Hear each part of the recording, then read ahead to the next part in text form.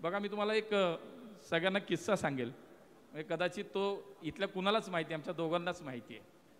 ज्या वेळेला 2019ची विधानसभेची निवडणूक लागली आणि त्यावेळेला अण्णाही भाजपमध्ये होता, मी तर भाजपमध्येच होतो, आमचे बाळाभाऊ विद्यमान इथे आमदार होते, मंत्री होते. अण्णाची स्वाभाविक अपेक्षा होती की मला उमेदवारी मिळावी म्हणून तो प्रयत्न करत होता. आता खरं त्या मामा भाचेंचं मला आज तागत गणितच कळलं नाही. मला कळतच नाहीत मामा भाचे दुसऱ्याला मामा बनवतात का काय.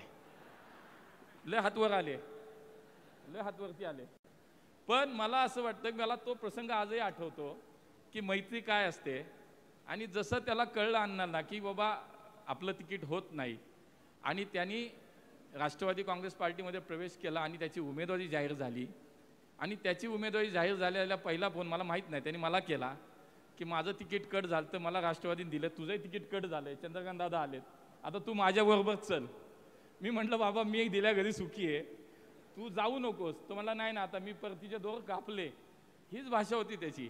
परतीचे दोर मी कापले म्हणला आता त्यानंतर तो तिकडे गेला, तो त्या पक्षात गेला, त्याचं भलं झालं. मी माझ्या पक्षात राहिलो, माझंही भलं झालं. पण ही मैत्री अशी असते की अशा वेळेला त्याला माझी आठवण झाली की बघ तुझा पण आता मतदारसंघ गेला, दादा आले, आता तू पण चल, दोघं एका वेळेला आमदार होऊ. पण ठीक आहे, नियतीने ठरवलं होतं तू इथं काम करायचं, मी तिकडे काम करायचं.